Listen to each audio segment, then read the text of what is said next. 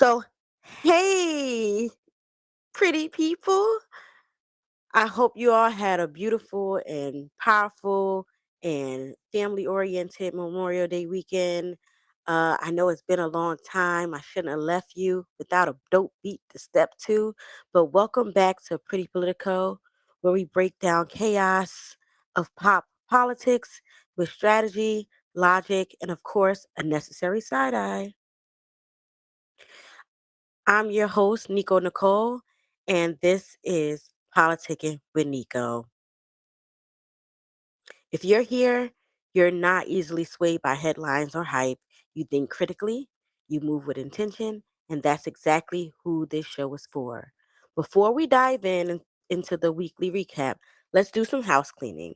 Be sure to follow me on TikTok, Blue Sky, and right here on YouTube, all with the name Pretty Politico. Just type me in pretty.politico, and I will pop right up. And if you enjoyed today's video, please be sure to hit the like button. It tells the algorithm that our type of thinking matters and helps build the pretty political family. So This letter let's is just not jump right official. It into is it. not stamped with the mark of the state. It is written in urgency, in truth, and in love. It is secret not because it must be hidden, but because too few are ready to hear it. But you must hear it before it is too late. I write to awaken you because what you do not know is being used against you. Because what you do not question is enslaving you. Because if you do not rise now, you may have no ground left to stand on tomorrow. Africa is not poor. Africa is not weak. Africa is not broken. It is being broken deliberately, methodically, and with our own hands. Yes, I said it with our own hands. We have let ourselves be sedated by imported dreams. We have mistaken convenience for freedom. We have confused foreign applause with success. And now the very soul of our continent is being auctioned to the youth of Africa, those in Lagos traffic in the Nairobi slums, in the fields of Bamako, in the universities of Accra, in the nightclubs of Joburg, in the refugee camps of Tripoli, in the mining pits of Katanga, in the cafes of Kigali, and under the neon lights of Paris and Rome. I say this WAKU pit, all be erased. Number one, the theft of your future. My brothers and sisters all, my sons and daughters in the spirit of Africa, let us begin with a truth that should pierce the conscience of every young African who still dares to dream. Your future is being stolen piece by piece, deal by deal, lie by lie. Not by chance, not by accident, not by natural disaster, but by men in suits and uniforms, by policies dressed as progress, by deals signed in silence, by the kind of leadership that confuses servitude for strategy, and yes, by your own silence and surrender. You were told that independence was given to your fathers, but I ask you, if we are free, then why do our currencies still bow before the euro? Why do our resources feed foreign stock markets while our people feed on hope and prayer? Why do the brightest minds in Accra and Addis Ababa build roads in Dubai, launch tech startups in Berlin, and create art for galleries in New York, while back home the lights flicker, the taps run dry, and the schools are crumbling? You were promised opportunity, but what you got was illusion.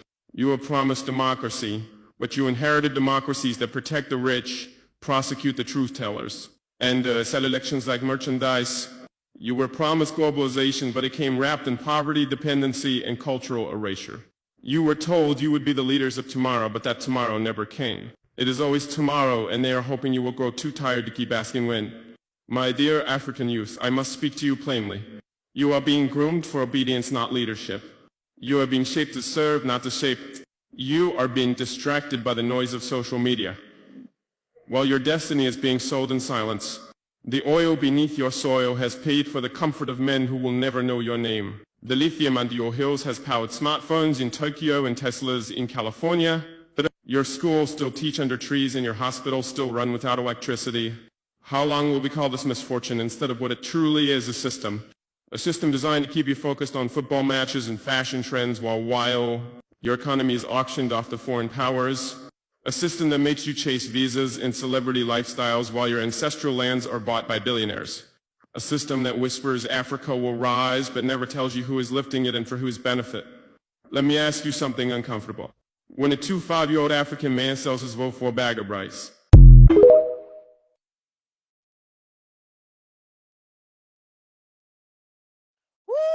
Woo! So I wanted to talk a little bit about foreign policy and global shifts. Last we talked, about Zelensky and Ukraine. But since then, some major new players have entered the chat. Let's talk about globalization and how it is being reshaped and why Africa is becoming a major chess piece in all of it. Africa and the shift away from France, Chad specifically, as well as Mali, and what you saw there was Burkina Faso and also Niger. Those three countries in Africa are shifting away from France.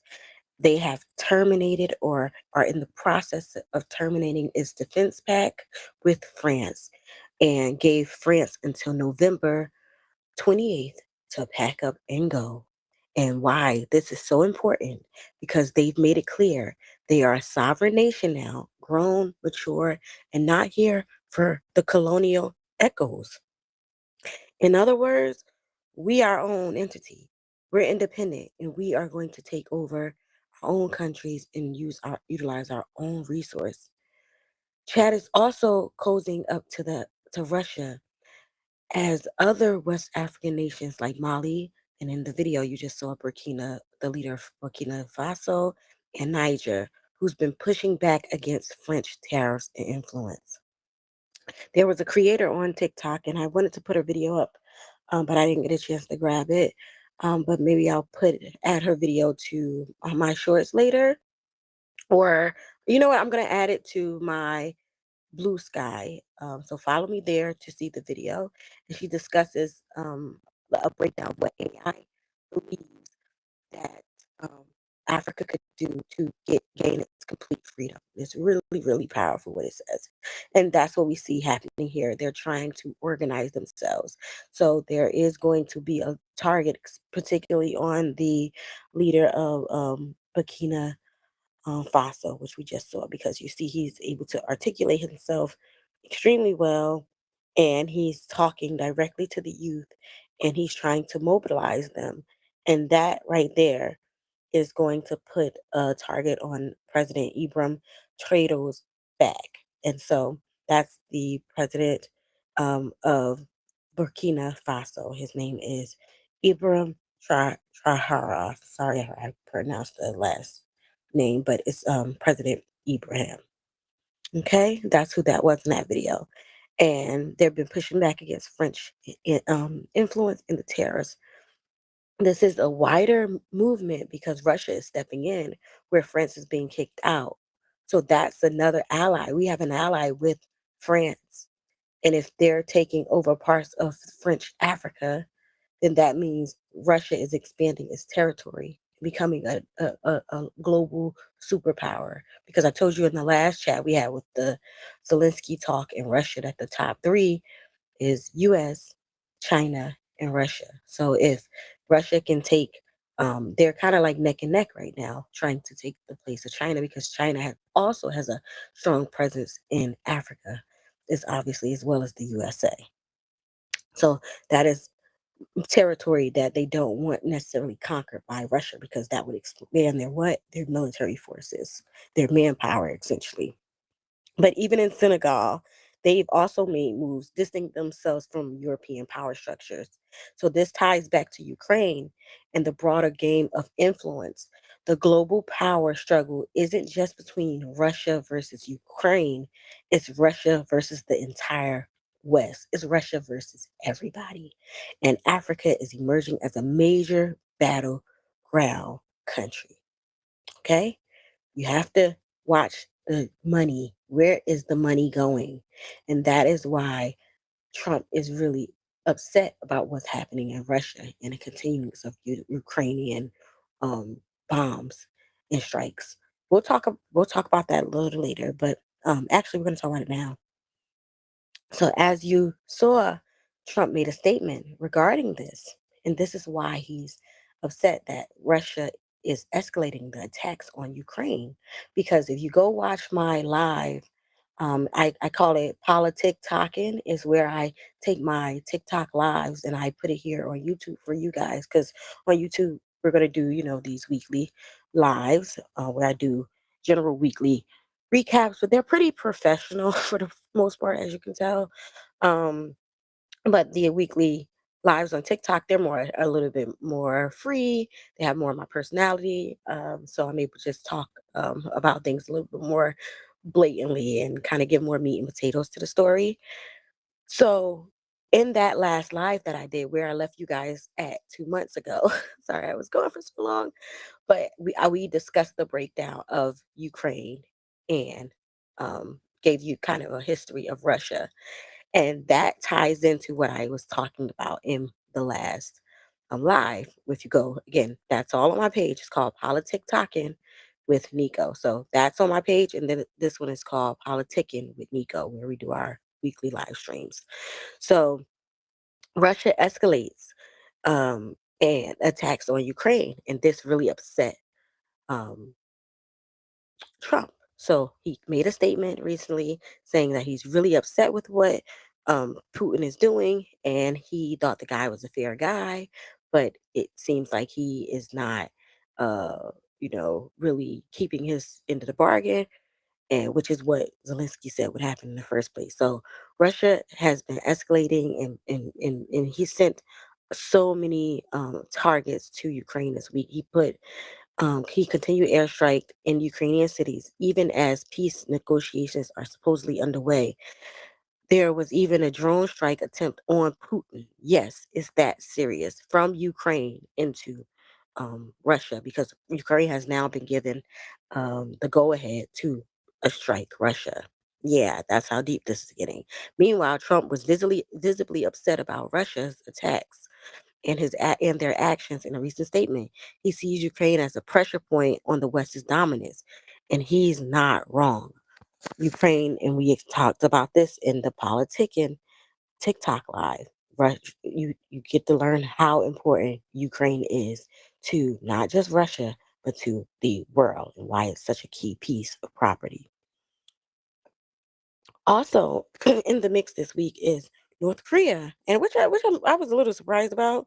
It's like, Ariana, what are you doing here? So apparently, North Korea is trying to create stronger naval defenses against the USA because right now, the US, we have really strong military. We have the Brawn, and North Korea needs to create stronger defenses. So they created their first naval ship. And unfortunately, it was a naval flop. So North Korea's embarrassing naval flop, North Korea launched a new naval destroyer and it sank during the ceremony right in front of Kim Jong Un. He called it a criminal negligence and had multiple engineers arrested. And arrested in North Korea. This flop highlights how far behind North Korea still is, despite its aggressive rhetoric.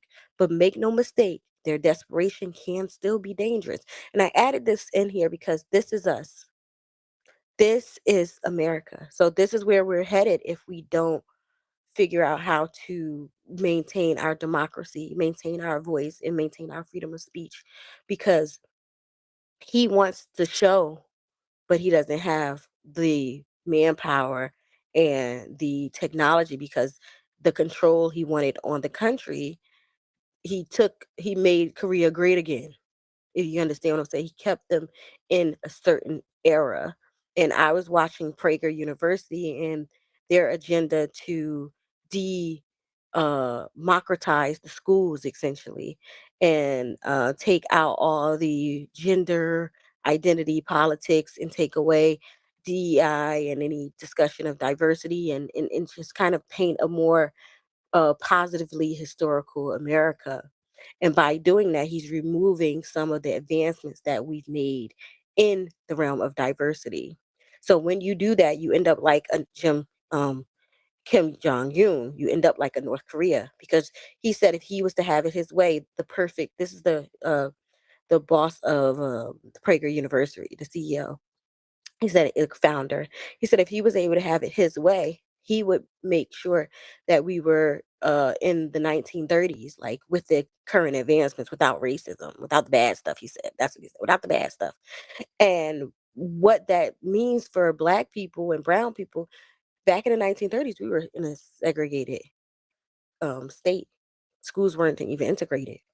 There was so much oppression. That's a terrible time for us. But for him in his mind, that was like the peak of culture. And that's exactly what's happening with North Korea. They're stuck in their peak in that early 70s, peak North Korea movement where they have never moved past it. And so now they're trying to keep up with their military and trying to get modernized, and it's a little too late. So that's why they had that embarrassing flop. And this was supposed to be his grand entry into the naval space, and it literally was just a complete embarrassment. And if we're not careful, we can end up in that same situation because we don't build anything here in America. We import. And that leads me um to my next point. Um a lot of our tariffs and trades is being impacted by the instability due to Trump's um tariffs. So his tariffs, his trade, and economic instability is creating a chokehold on the American U.S. imports. Empty ports, dumped cargo, the global market is moving on from the U.S.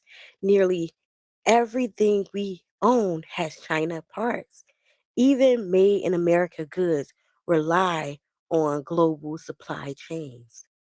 Walmart and Amazon and Target even were considering raising prices due to tariffs, but Trump said they should eat the cost.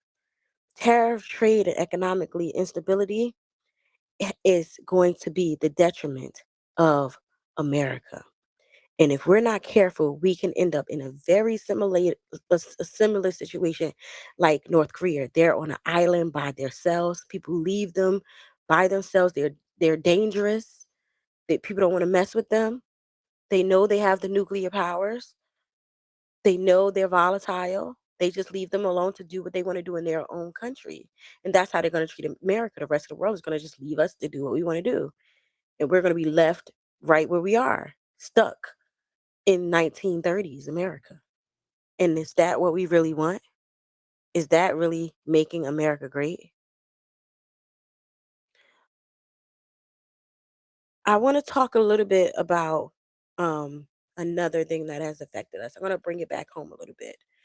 The U.S. budget and FEMA and the oligarchy game. Okay. So Trump's big, beautiful bill passed, which is for him, is I'm sure is a great thing. Um, and the budget passed 215 to 214 with it with the resounding win for the Republicans after a marathon overnight sessions literally ran lawmakers into the ground. The key elements in this bill are we have trillions in tax breaks, mostly for the wealthy, new Medicaid work requirements, which is going to be a doozy for elderly, cuts to the SNAP, which is going to be a doozy for kids who get school lunches, huge investments in defense and border enforcements, slashes to green energy programs. And even Boehner said this. He said, oh, GOP is going to be really mad at us if we slash the budgets for the Medicaid and SNAP because most of our constituents are on SNAP. They know this and they still cut your budgets. So slashes to green energy programs, which we see is now being effective, like FEMA and things like that. Critics say is robbing the working class to enrich billionaires. Supporters say it's cutting waste. The truth is another step towards a corporate oligarchy. Let's read over how New York Times describes this bill. This is what you see here. So this says House approves new bill. What's in the big domestic policy bill to deliver Trump's agenda? Cutting taxes. The bill's roughly 4 million tax cut includes lower marginal rates, a larger standard deduction, and higher threshold for estate tax. The measure includes several new temporary tax cuts that President Trump campaigned on, including no tax on tips or overtime. But it also raises taxes on universities as well as some non-citizens and their families. So that can negatively affect us, even though it's like good that there's no tax on your tips as a worker. You also can't really get overtime either. So it's gonna be a lot of things that are positive, but also things that are negative because you won't be able to work more than your company allows you to. It's a lot more power for the corporations. Scaling back Medicaid.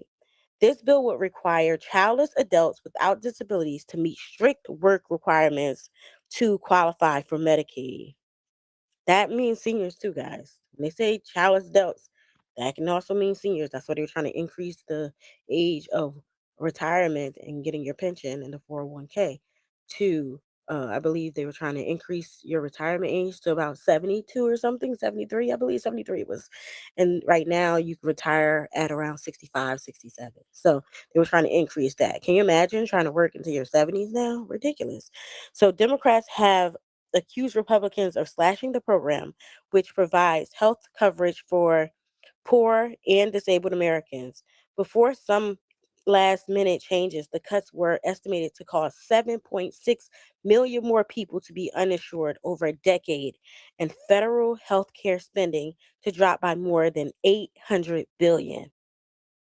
The legislation would also bar Medicaid from providing Planned Parenthood as long as it provides abortions. Isn't that crazy? Mm, mm, mm, mm. So it will continue to support Parenthood as long as it provides abortions. It was really ridiculous. Legislation will also bar Medicaid from providing Planned Parenthood of funding the Planned Parenthood as long as it provides abortion. So as long as it allows people to get abortion, which is the main reason people go to Planned Parenthood in the first place, is to go get their abortions, they're not going to fund them. So that's going to be a push towards Planned Parenthood to become more conservative, and you'll see that around the country. There will be a lot of more conservative uh, companies like what Target did when they jumped on the anti DEI bandwagon. So you'll see a lot more of that going on. And again, when we say DEI, we're also talking about white women because they benefit the most out of all of us in regards to DEI. So it's not just like black people and Mexicans and no, it's also a lot of rural American white men, uneducated, and also meaning poor, impoverished white men who lack opportunity because they're not getting hired either, and poor white women or even just educated white women as well. So changes to Obamacare. The law makes numerous changes to the functioning of the Obamacare marketplace and related tax cuts, which would save the government more than $100 billion, but would result in millions of Americans becoming uninsured if they fail to adhere to the new paperwork requirements or can no longer afford insurance premiums. Last minute revisions to the bill would also make insurance more expensive for many purchasers. So our insurance change to Obamacare is going to definitely increase for us. And it's basically making Obamacare more restrictive for the people. So it would result in millions of us becoming uninsured again, because that's what happened before, prior to Obamacare. You couldn't get insured unless you had a job. They're kind of trying to make that a thing so that you be more likely to want to go to work. And then clean energy programs. The bill would end most of the big tax credits for clean energy from the Inflation Reduction Act of 2022, crazy, which have already led to more than 841 billion in announced investments. So they're taking the money from this and investing it in other places. And we know when they say other investments, that's mostly the military because we want to be a superpower. I say we because I'm an American, but that's like I'm thinking about like how Trump is thinking. We want to be a superpower around the world, and we do. We want to establish power, and because we no longer have something called soft power. And I don't know if I talked about this with you guys, but I want to. I want to talk about soft power with you guys and how we no longer have it and how we used to use it. Um, and it saved us a lot of becoming aggressive and becoming the aggressor, and we were able to kind of negotiate with being a likable country. But because we were losing our soft power, we have to lean more into the hard power. So that's what this is. We're taking that $841 billion, we're paying back debts, of course. We're also using a lot of that for military defense. Among the cuts, a 7,500 tax break for buyers of electric cars. That's the Elon perk would greatly phase out by the end of 2025, and tax credits for low emission electricity sources would disappear almost entirely. The bill will also expedite federal approvals for oil and gas projects in exchange for fees. Oh, that's not an Elon bill. Actually, that's anti. So it's saying like any low emissions, you have like those cars, those Tesla cars and things like that, or if you have like the panels on your, you were getting like tax breaks, and you've seen them popping them all over America. Even new builds where you can see new builds, new homes will have those solar energy panels and everything. It's saying that is that we don't care about that anymore. You're not going to get a tax break for that. But under Biden and I guess under probably previous administrations, you would get a tax cut for having clean energy cars. That's done. They going back to gas, baby. Drill, drill, drill.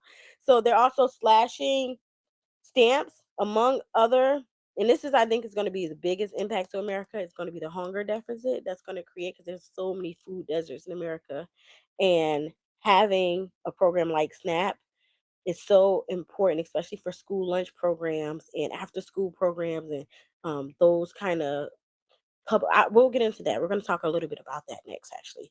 So, slashing food stamps. Among other changes, food stamp recipients between the ages of 18 and 64 will face work requirements to get aid from SNAP Supplemental Nutrition, SNAP, which supports about 42 million low income people. It would also apply to parents with children 7 and older. That's crazy. The nonpartisan Congressional Budget Office has not yet released an an analysis of the changes, but past reports found that strict work requirements could leave millions without access to benefits. Next up is boosting national security. We'll talk about the SNAP thing in the next slide.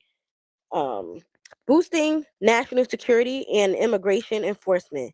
The bill includes 150 billion in more military spending to boost shipbuilding efforts for President Trump's proposal Golden Dome, space-based missile defense.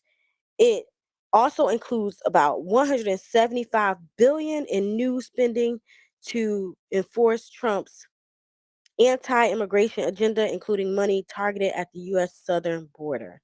We know that's his favorite thing is to talk about that. So, um, I think that went straight to the point. Then we just have a few more. We have two more. Cutting education programs. Student loan spending would fall $330 billion over a decade, eliminating for new borrowers the Biden era student loan repayment program known as SAVE, as well as the pay as you earn plan and the income contingent. I'm on the ICR. I was income contingent repayment plan, which basically, depending on how much you get paid a month, that's how much you would have to pay back. They're getting rid of all of that. There would instead be a single repayment plan that would cost more than most students. That would cost more for many students. I about to say that was gonna cost more than most students earn because that's what I read. But yeah, I think that's the point. It's gonna cost a lot more money for students to be able to go to school now, and the repayment plan is going to really kick their butts because they're not going to get any breaks when they get out of school. I mean, my dad used to say when he was in school, $13,000 to go to college, because I feel so bad for you guys. Now it's like $120,000, $160,000 just for you guys to go to school for 4 years. You're starting out at 18-year-olds with $160,000 in debt. I feel so bad for you guys. It would also make it more difficult for part-time students to obtain Pell Grants. If you don't know, Pell Grants were grants that would be given to students based on their income and their need, and that would be something that would go away. And it was a pretty substantial part. Like they can get upwards of like 25,000 a semester, sometimes 5K a semester, sometimes 10K, sometimes it would pay, really pretty penny, the Pell Grant for students. Um, and there are different versions of Pell Grants that we had. They have New Jersey State uh also has its own certain grants called HESA. And so there were a lot of ways to help fund students. And so what's happening now is that your state either has it or it doesn't. And if you're in one of the more, wealthier states, you may be okay because your state can still fund it. But if you are in more of a rural town, rural area, impoverished or poor urban areas, you more than likely will not be getting any additional aid from your state, because that's Trump's whole thing. It's like he wants to remove the powers from federal governments and give the power back to the states. But as we know, some states don't do right by their people. That's why federal government comes in to kind of streamline everything and kind of try to make things equal across the board. But Trump is a life ain't fair kind of brother. So that's what we see happening there. So we'll also make it more difficult for, yeah, part-time students to obtain Pell Grants. So sounds like if you're a full-time student, you still can get it. But think about it, a lot of parents or people who are later in life going back to school can also qualify for Pell. They no longer be able to do that, and they have part-time jobs, most of them. Raising the debt ceiling. This is the last one, guys. I know we've been on this one for a while.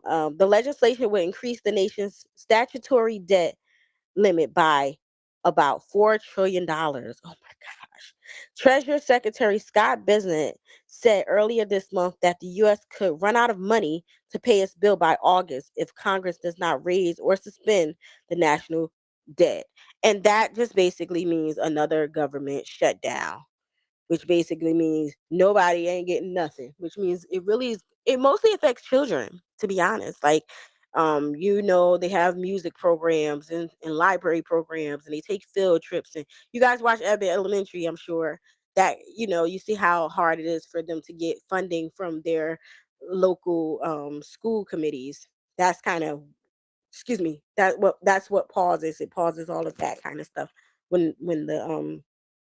the debt is so high that they have to shut down the government. But we're going to move on and talk a little bit more about what I was telling you guys with the SNAP funding, and we're going to talk about it in relation to, we're going to do this one first. We're going to talk about it in relation to AmeriCorps and Works for America. So this is one of those programs that really helps America. If you have like a one-stop workshop in your community, if you have food pantry in your community, anything, child development centers, after school program, libraries, things like that in your community, which we all have, that is where America Corps comes in. So as you can see, 1.9 billion hours of service is completed through AmeriCorps since 1994. They clean out our parks. They do all that work. You see people cleaning the trash in your city. That's usually an Corp job. Not a lot of people want to do those jobs, and this is one of those jobs where they say these are the black jobs that the Mexicans aren't doing, because a lot of, or not just the Mexican, the illegal immigrants can't do these jobs because you have to be American citizens. You have to be in the workforce in some way, shape, or form. So you may get a lot of Latinos, but they are going to be right, well-to-do American citizens, and they go to AmeriCorps or Work Corp, or there are different corps. Like you might have Work Corp or Job Corps or AmeriCorps or Human Corps. You get the gist. And they give you jobs in the city. So you can work as the trash man, you can work as the park rec, you can work as the public works. There's different jobs you can do. And those are the people who really are the bread and butter of America outside the immigrant community, because the immigrant community tends to the land right now because there are no more slaves. So they use the immigrants undocumented to tend to the fields and the farms, right? And then they use the lower income Americans to tend to these maintaining the streets and the facade and the facilities of the environment that you're living in, right? So 900K youth supported. Those are the youth supported programs, after school music programs, things like that. 2.2 million people helped with food security. Those are the food pantries I told you about. 245,000 veterans and military families are assisted. Those are the vet homes and things like that. VA hospitals, that kind of stuff is all funded by AmeriCorps, which is funded by third party, which is funded by federal money. AmeriCorps seniors volunteers service. So again, helping seniors, the senior centers, your local rec center when they have the senior programs. That's all that. The seniors that can't pay out of pocket and they're on that Medicare, that's where the money's coming from. So all that is going to be eliminated. So seniors aren't going to have a place to go. If they're on hospice care and can't afford Medicare or Medicaid, they're off the program if they don't make a certain threshold. You're just going to have to take care of your grandma. You're going to have to bring her back home because they're only going to be able to house people who are going to be living for the next 3-4 days. If you do get into a program, they're not going to be able to keep long-term people in any homes that isn't paying full out of pocket anymore. That's off the table now. So again, as I mentioned, community, nonprofits, and leadership are in crisis. AmeriCorps and nonprofit cuts 400 million, and the cuts could kill 1,000 plus programs and 32,000 jobs across America. It is a big impact. And the people impacted the most are childhood development centers, food pantries, after school tutoring and libraries, speech therapy programs for people with autism, speech delay, and ESL issues. These aren't just programs, they're lifelines. If federal dollars dry up, private donors will be the only fallback. But that is not sustainable because billionaires don't want to support poor people like that. They'll do it for charity here and there in other countries. Even Oprah herself said it, right? She said, if you this is the land of milk and honey, baby. I'm going to Africa and help those kids because the kids in America, if I made it, they can make it. But some people don't have the resource to make it. Some people just don't. Some people were born with an addicted mom. These facilities provide addiction programs, the AA, to get the help. People are born in certain circumstances. They always say, if you have your bag and I have my bag, and I'm going to more than likely take my bag back once I see what's in your bag of life. Because you never know what people are going through. And yes, the people in different countries and third world countries do have a lot of turmoil that it could not surmount to what the kids in America are going through, right? Two different stories. But that doesn't make the person who is suffering at the moment story less credible, right? Yes, they have an opportunity to get themselves out of it, but they're in it right now. So what can we do to help them right now? And America's saying we can't do nothing to help them right now. They got to help themselves and pull themselves up by the bootstraps. Trickle down economics, Reaganomics. Next, we're going to talk a little bit. Speaking of Reaganomics, now this one is hitting the veterans really hard, and they're really mad about this. So, in veterans and rural people, this is Trump town right here. Trump 101, Trump USA. And they're really, really, really upset with Trump right now because they feel like they aren't being heard. FEMA is falling apart. After devastating tornadoes hit the Midwest cities like St. Louis and rural Kentucky, they are still waiting on help. There was a tornado in Mississippi a couple of months ago, and the people are saying that they are still waiting. It's been 2 months and they're still waiting for help. And Kentucky just had one uh, last week and they're still waiting. And they spoke to the Homeland Security, I want to say Christy Nome, see if I'm right. Yep, I am right. Secretary of Homeland Security Christy Nome said we need help. We said we need help. Said they spoken with the governor and would pledge to get help in Missouri, but has not been proven to come through. Meanwhile, Mississippi people said they've been waiting for the last 2 months for help from the federal government. 5 to 6 months within the agency, layoffs and leadership changes, buyouts, fired, 30% of workforce. I had edited this all down, but these were my initial notes. Transitions need to happen slowly, not overnight. Budget leadership planning, not just hacking away at the system. So that was my original notes that I wrote down. So as you can see, her name is Christy Nome, and she said she would help, but she has not come through for the American people as of yet. So we shall see. And in the meantime, in between time, while the country's falling apart, nonprofits are losing their funding, look what these guys doing. Crypto Kings is a party over here. Ain't nothing over there. Literally, ain't nothing in Kentucky. Ain't nothing in Missouri right now. But it's a party over here. Big money fattening up their pockets.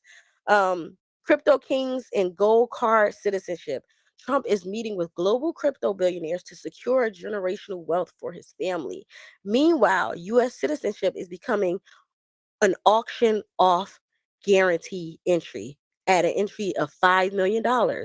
You can get a gold card, it gets you citizenship and access to U.S. power. Think about that. A Saudi prince could buy a government ship. Can you imagine? A Saudi prince could say, I want to be governor. He can buy a governorship. A billionaire could sponsor a mayor. That is not democracy. That is oligarchy. And that is what we see and why they are targeting Mr. Raz Baraka. Real talk. What can we do? We're gonna bring it back home. We local. I'm a Jersey girl, so we're gonna bring this all back home to Jersey because we're gonna talk about how they can buy people and why this target was so um specific. And we're gonna show you somebody who already has been bought. Okay, it's gonna get fun right now. This is the good stuff. So real talk, what can we do? Let's bring it on home. Mayor Ras Baraka was arrested and later released. I posted a video on my page. Seeing that and spending time with family reminded me why I started this page in the first place. I'm being honest, I was very hesitant because they're getting really monitoring. There's been TikTokers that have been threatened for lawsuits and things like that. So it has kind of put a bit of fear in not only myself, but just you can tell just the journalistic spirit around. But I just said to myself, I'm not afraid, to take a stance. Everybody, somebody got to stand up for something. And if you don't use your voice, you lose your voice. If you don't use your power, you lose your power. So I think it's just so important. If you have a passion, if you have something that is yours, and for me, it's politics and speaking up and putting these pieces together, then what are you doing with your life? That is why you're here. Courage doesn't always have to roar. Sometimes it can put a PowerPoint and presentation together and get the message out, and you can be a box of blessings for somebody. So that's my goal is. And I realize that I have to conquer my fear of being targeted or of being, and if you go on my TikTok page, you'll see for the election, I was targeted. They didn't want me to vote. Um, you still have to put yourself out there because that is what God created me for my voice to be out there, to send the message and to walk in my authentic power. And my power is to speak up. So this Raz Baraka situation reminded me of that. That is his purpose. He was finally walking in his purpose. I think the bigger picture kind of came all into fruition once he was arrested for peaceful, they call a protest. He wasn't there for a protest. He was there for just a simple media pitch. He was just there to talk to the media that day after hearing that the Congress women and men had come down. They asked him to do a TV spot. He came down to do it. They asked him to talk, and then, all hell broke loose. So again, leadership is under attack. Trump wants to have satellite White Houses, and this is what I think is happening with the Jersey thing in general. Like he wants to have these satellite White Houses, one in Mar-a-Lago in Florida, the other in Bedminster, a state in New Jersey. I've seen that one in person. It's really giving Beauty and the Beast, but it's also giving strategic power base. Like it's a really beautiful laid out golf course. They have like a road that says Trump Way. It's really beautiful. It is a little weird and eerie. Like when you come, it's only black boys out there and they park your cars and it's like you're walking into like a magical wonderland. It's really beautiful. And yes, those drones that were flying around in Jersey, to me those were probably there for surveillance as well. I don't think any of this is random. It's all that turmoil in Jersey, from the mayor's arrest to the new AG that Trump appointed to the recent endorsement of the Republican candidate. Jersey is a treasure trove for Trump and his administration. I'm not sure why yet. I have an idea, but I'm gonna look into why Trump wants Jersey. My theory is this.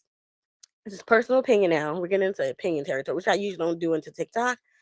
But I'll talk about a little bit about it here, and then I'll further explain. I think it's because how Jersey is the first Hollywood. If you know, you know. We'll talk about that on my TikTok when I go live there. We'll do a deep dive on that. So, a person that I think is being bought, though, let's talk about it. This one here, this one here. And then there's Cory Booker supporting Jared Kushner's dad for a public seat. Really, Cory? We were rooting for you. We were all rooting for you. Weren't we, though? We were rooting for him. This is the same Cory Booker who took $1 million from Zuckerberg for Newark and poof, it vanished. Yet I still personally have a soft spot for him in a weird way because he sponsored my eighth grade dance. Whew, the layers. So people are people, right? And they make mistakes. And then he did like that big campaign in Newark. And so there is a lot of good to Cory Booker. And then we were just, I think this is all shocking because it came right after the speech he did on April 1st, the evening of April 1st. Cory, who's 55, New Jersey senator, broke the record for the longest speech held on the Senate floor. And after he endured over 25 hours without taking a break, a seat, or consuming a single item of food, he also broke his own record of 15 hours the previous time he did this. By the end, he said he was dehydrated, tired, and feeling achy. He had America, the Dems on his back. He was our Democratic hero. And then he go do something like this. Sold to the highest bidder. And I think that's what we see happening here. We see these politicians, we see how easily they sell out for a little milk and cookies, for a little bread.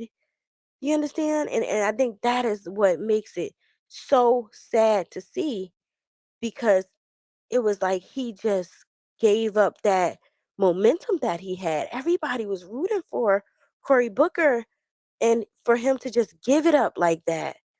Just throw it all away for support Jared Kushner dad to be the new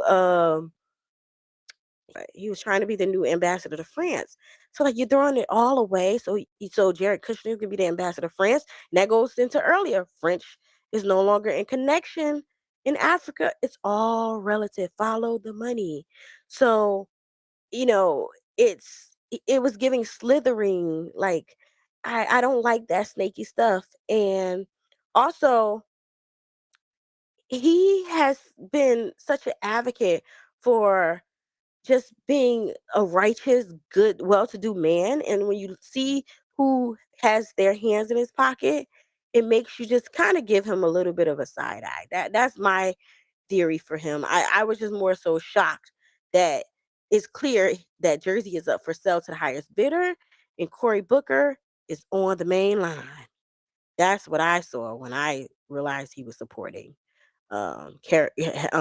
Ivanka Trump's. If you guys don't know who Jared Kushner is, that's Ivanka Trump's husband. So effectively, um, Cory Booker is supporting a Trump. So he's supporting the Trumps via this vote. And he was the only Democrat to do so. Speaking of an OG Democrat who went up against Cory Booker, OG black mayors are dying. First and foremost, Mayor Sharp James, he passed away, and now longtime Mayor Charles Rangel Lyon of Lenox Avenue, and they used to call him Lion of Lenox, also died. Charles Rangel, and we're witnessing the end of an era. And if we're not paying attention, the next generation of Black leadership could be corporatized, and that's what we see with Cory Booker.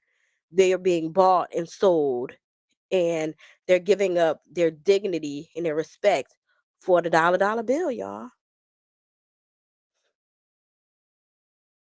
But somebody who isn't giving up their respect, somebody who is standing tall and being Jersey strong.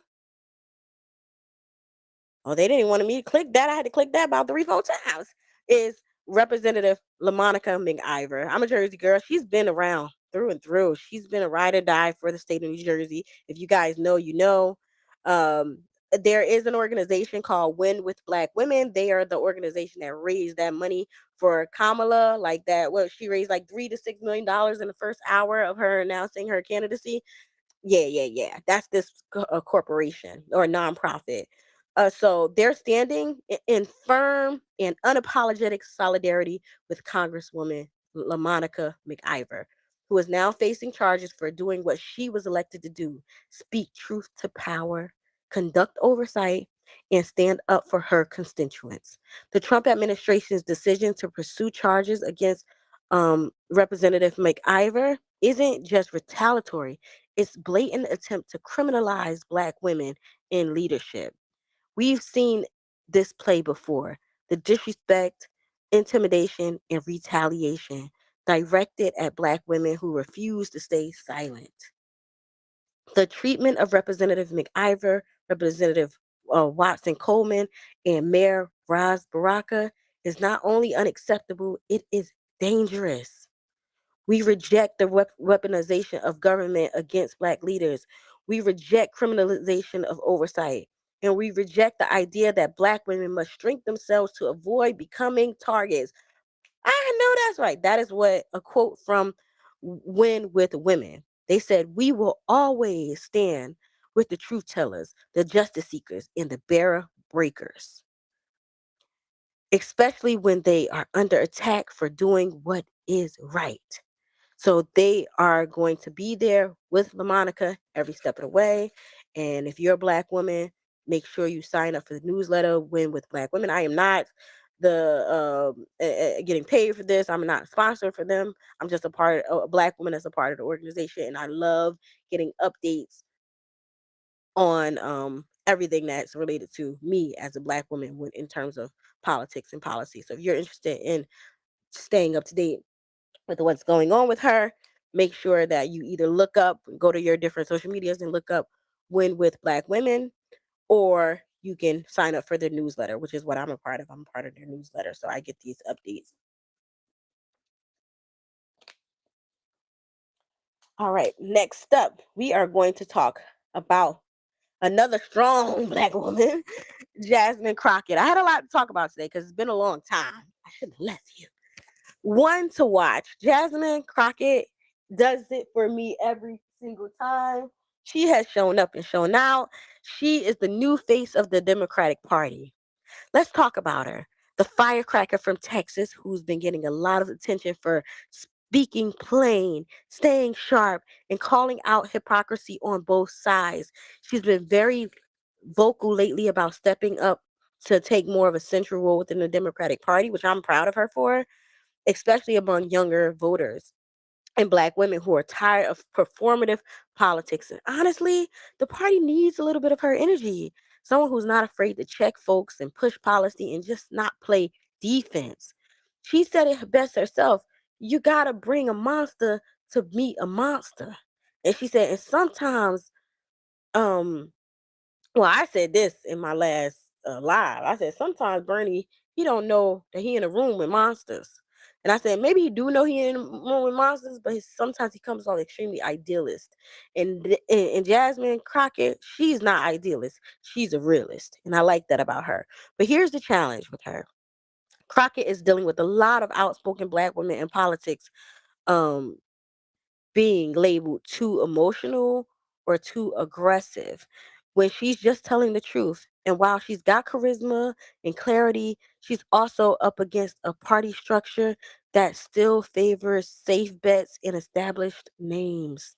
She wants to build something new, but she needs a strategic backing, a strong coalition, media training, and most importantly, a base that shows up with and for her when it counts. So can she do that? Only time will tell. Do you think the Cory Bookers, the Nancy Pelosi's, the AOC's, the OGs would support her? Or even AOC? Do you think AOC has a shot? Or is it gonna just be old blue ties and old white skin, as it always is?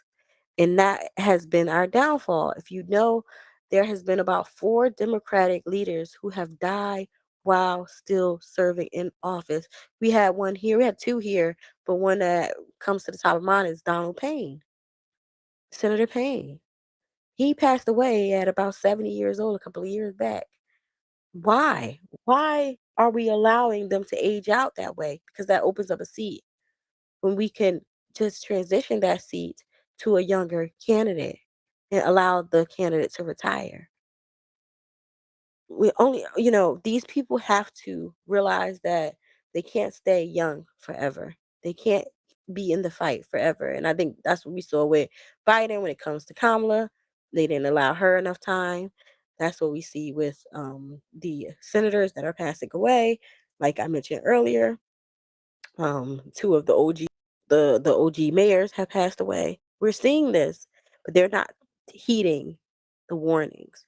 So will they allow AOC or Miss Crockett an opportunity? Only time will tell. But in the meantime, the brother who is in the race to be America's Next Top Model is Raz Baraka. We have a fighting chance with him. Uh New Jersey governor's race is off to the races for sure in Trump's Jersey Jersey chessboard. That's how he's looking at it. So we're gonna bring this home back to Jersey again, literally with the Jersey governor's race. Governor's race is happening June 10th, so make sure you get out and vote. In the Democratic lead as of last month. I didn't check the polls, but the polls recently says undeclared.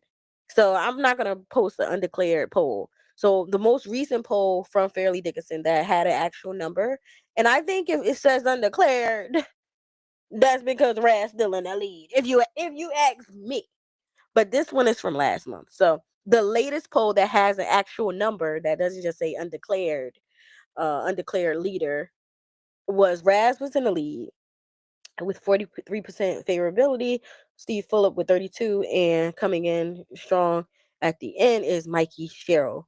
And they said, Mike, I watched that interview with the Breakfast Club. We're gonna talk about that on my TikTok. Yeah, TikTok, we get a little free. But on here, let's keep it to the keep it to the main thing. So the Democratic constituents who are running are Raz Baraka, Steve Fulop, Josh Gottenheimer, Mickey Sherrill, Sean Spiller, and Steve Sweeney. Sean Spiller did not meet the cap to pay for ads and things like that. So he is not going to be one of the top candidates, but you can write his name on the ballot, but he wasn't able to pay to get his name on the ballot. So you guys, he's a school teacher from Montclair and a principal and a lawyer, and he's very successful. So he speaks very well as well. I watched all their debates. Steve Fulop, he's the Jersey City guy. Everybody knows him. Just I think him and Raz probably would be neck and neck in recognition. My favorite technically is Stephen Sweeney. He reminds me of a guy's guy, industrial guy. I think he go really good, be a good proponent to Donald J. Trump. I think he can get along with Trump because I'm not all about being adversaries. I need things done. Trump gonna do what he want to do anyway. So I'll be an adversary. So you might as well try to work with him as much as you can, even though he's like anyway, we ain't gonna get into that. We'll talk about that on my TikTok. But I think Steve Sweeney and Trump would be kind of a match made in heaven. He would set bars, set lines, say I can't do that. This is not gonna work. But also respect Trump and respect the Republicans. I think he just would have a good overall relationship with people in Jersey, but he might be a little sneaky, take a little bit off the top. That's the kind of vibe he give me. Hold on, don't quote me on that. This is my opinion. But Raz, he's my favorite, obviously. Hometown team, hometown bias. I love that he's black man is that too. So I would respect him. I love his policy. I love his father, Mitty Baraka. He has a beautiful legacy. If he was to make this happen, it would be like a dream fulfilled. It would be and he's so smart. And if you watching the debates, because he was a principal as well, he's also, um, I don't know if you guys know in the X Factor, by Lauren Hill, when she did the interview, her dad, Raz Baraka was the teacher in the interview on her album Miseducation of Lauren Hill. So he's been in the game for a long time, been an educator for a long time. So he educates. So when he was up there on the debate and having conversations, the things he was saying and the things he was bringing up, people would take everything he was saying and spin it. So it was really interesting because he would be teaching them and leading the entire debates, so much so that people was like quiet when he was talking. So that lets me know that he's able to just handle a large crowd. And also, with the latest stint and getting arrested, now has the national recognition. So we'll see what happens. I really personally think that Michael Sherrill might be the winner, though, because apparently Trump has, not Trump, Elon has money, has funded. So Elon SpaceX company has funded a lot of her, and she's also like a millionaire. I think she had like $7 million in stocks, according to her interview on the Breakfast Club. So I think the money is gonna take her really, really far, and I think she can hang with the big boys because her family has it like that. So she is not one to, look away from as well. But I think the top candidates are going to be Raz Baraka, Mickey Sherrill, and I think it's going to. If I had it my way, it would round out nice with Sweetie. So, but I think the way Jersey's going to vote is likely going to be Stephen Fulop to round out that three, and I don't know who's going to win it from there, but I'm rooting for Raz. The election. This election could be a quiet storm. While national eyes are elsewhere, power players are making big local moves in Jersey. And if you've been paying attention to Trump's Bedminster estate, plays, this is the connection. He's slowly building a hub of influence here in Jersey, essentially turning New Jersey into a political stronghold the way he already did in Florida. Why does this matter?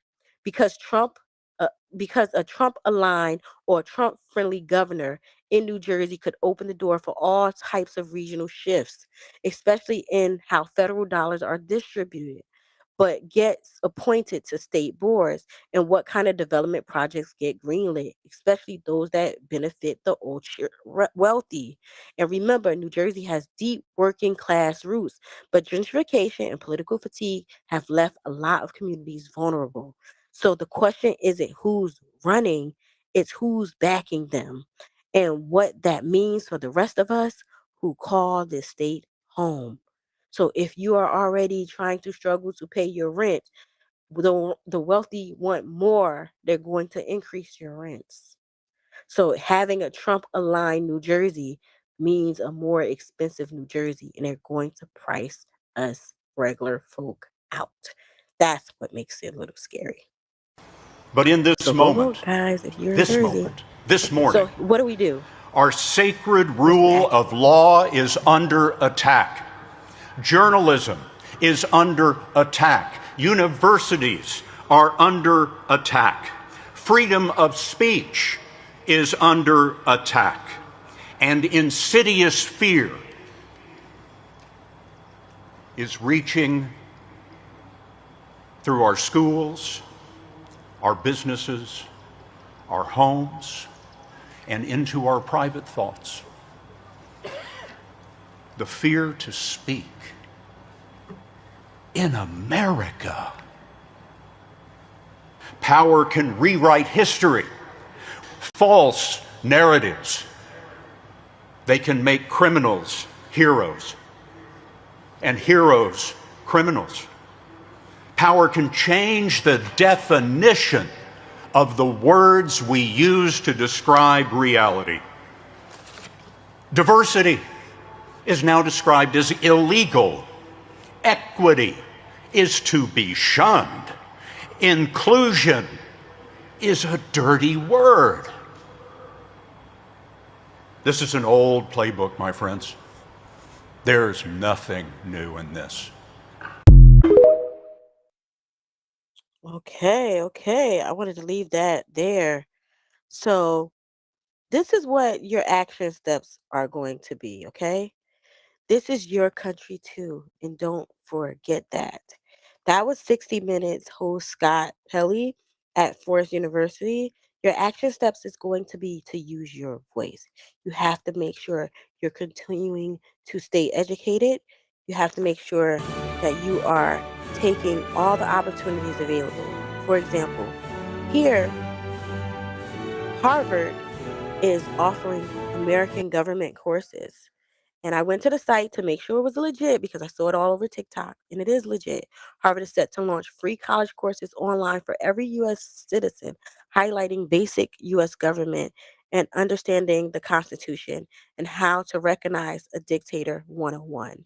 That's kind of petty because, if you don't know, if you guys aren't aware, Harvard is in a litigation, in a lawsuit with Donald Trump, who's trying to prevent him from having um, uh, international students. He wants to get a full list of every student, which they've provided, but he also wants to know what their processes, their data is, meaning like, are they tweeting anti-Palestinian things? I'm sorry, anti-Israel things, and he wants to make sure that they're on, America first ideologies, and if they aren't, he's basically threatening to deport them and expel them from Howard, from Harvard. And Harvard is saying, you don't have the right to expel our students. You don't have the right to kick our international students.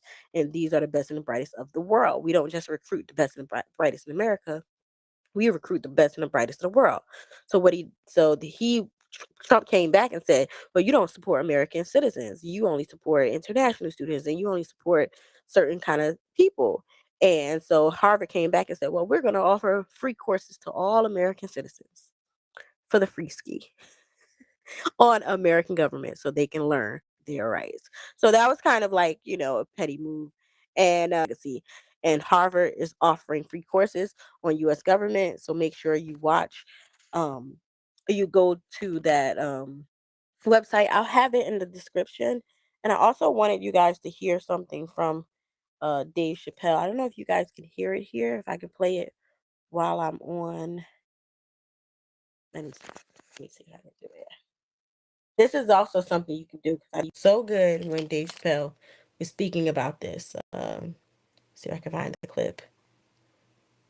Bear with me. It's my first day back to streaming live again. So I have a few technical difficulties. But it's like riding bikes. Once I'm in the swing of things. All right, so here, check this out. Same thing it always saves this country from itself. And that is African Americans. Right. And I know the question that a lot of y'all have in your minds is, should we do it? Yeah, fuck yeah, we should do it. Listen, no matter what they say or how they make you feel, remember, this is your country too. It is incumbent upon us to save our country. And you know what we have to do. Every able-bodied African American must register for a legal firearm. I've given this a lot of thought. I don't see any peaceful way to disarm America's whites. So that Dave Chappelle saying that. Me personally, I'm not a firearms person per se, but I get his drift. You understand what I'm trying to say? He's saying just protect your neck, fool.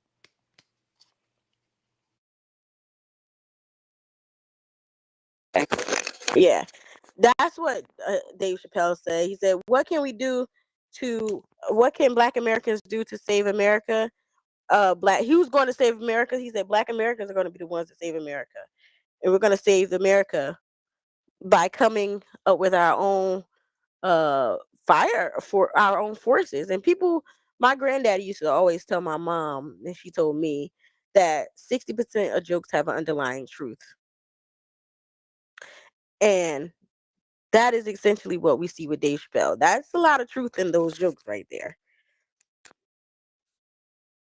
So like, again, I'm not a big firearm believer, but I do believe in defending yourself. I do believe in being able to not be brutalized because of the color of your skin. I think people should respect one another, respect boundaries, and I don't think anybody should feel like they're better than anybody. Moving right along. So this one is coming soon. What's really going on in New Orleans? Okay. My plan is to I'm working on an expose of what's really going on in New Orleans, where we'll explore how regional politics shape national politics. It's going to be a heavy hitter. I'm going to do more deep dives and exposés. I've been wanting to do that for a while, where it's not going to be a live video. It'll be my first actual video on the channel. So that's what I'm working on right now, and what's been taking me so long to kind of compile all the information. And I kind of was stuck in a writer's block essentially, and why I haven't posted in 2 months. But I'm back now. I'm pretty clear on what's happening, and so I'm going to do a full expose on New Orleans, and trust me, it's layered. We're going to explore how local politics in the South, particularly in black cities like NOLA, often act as testing ground for national policy shifts. They're like little micro versions of America. It's about more than just crime stats or city council drama. This is about strategy, privatization, and power. Now, here's where it got interesting. When I learned that the sheriff of New Orleans is a black woman, I clocked that as a DEI hire narrative being pushed. Diversity without full support. That's not a knock on her leadership. But we have to ask, is she being set up to succeed or scapegoated when the system doesn't work? And here's another red flag. There's buzz from political pundits claiming the city needs more cash flow to fund private prisons. Yes, private. That should make your ears perk up. This could be a money grab in the making. Who's profiting from incarceration under the guise of public safety? We've seen this play before, time and time again. This one's going to be heavy, a really good heavy hitter. And I'd love to know, do you all want to go deeper into regional policy and how it's shaping the national chessboard? Let me know if that's something you'd be interested in. You guys want to see that deep dive? Let me know.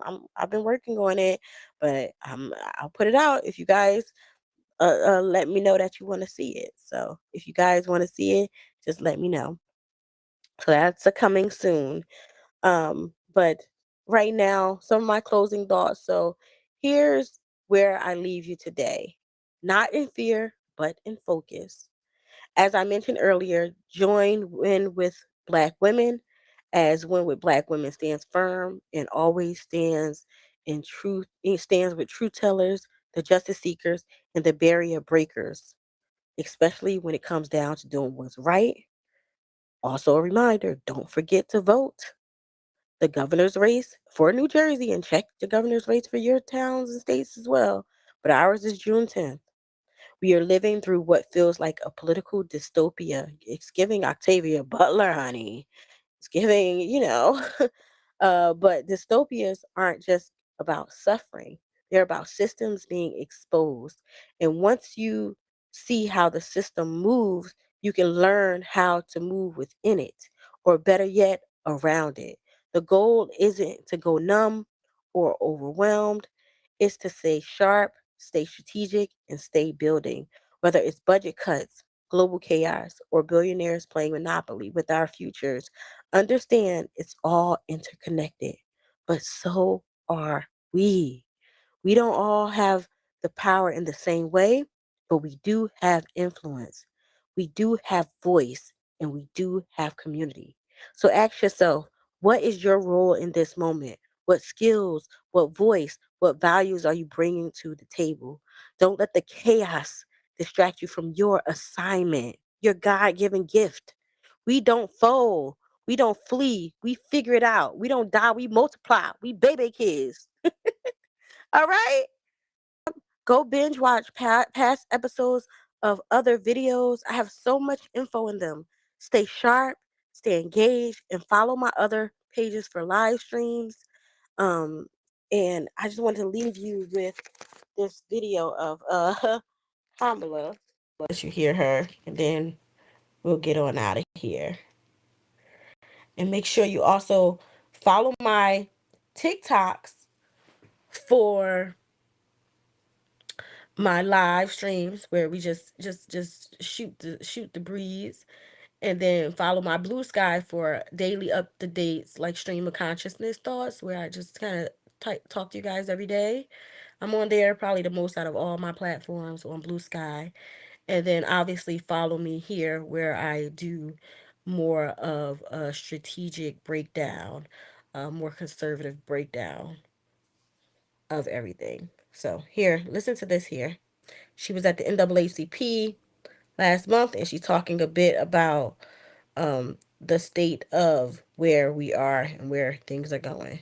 Our power has never come from having an easy path. Our strength flows from our faith in God, faith in each other, and our refusal to surrender to cynicism and destruction. Not because it is easy, but because it is necessary. Not because victory is guaranteed, but because the fight is worth it. And while we have no illusions about what we are up against in this chapter in our American story, this chapter will be written not simply by whoever occupies the Oval Office, nor by the wealthiest among us. The American story will be written by you, written by us, by we the people. I thank you. God bless you, and God bless the United States of America. And there we have it. So that was Kamala. As she said, we have to be the leaders in the forefront of what's next. That is why I'm here. That is why I am encouraged. And I'm hoping that I will encourage you to stay fired up and ready to go. So again, thank you so much for joining me. Thank you for hanging with me while I've been going these last 2 months. I've really been trying to, you know, build that courage back, because courage doesn't always roar. And sometimes it speaks. Sometimes it says what needs to be said. And I'm just trying to be here to say what needs to be said. And I appreciate y'all for listening. So make sure you share this live with others. Make sure you bring people who are like-minded to the conversation. I love y'all. You are tuned in to Pretty Politico with Nico and Nicole, where we keep it real, keep it strategic, and always keep it rooted in morals, values, and principles. Till next time, be good to yourself, think smarter, and not harder. Bye, y'all. Take care.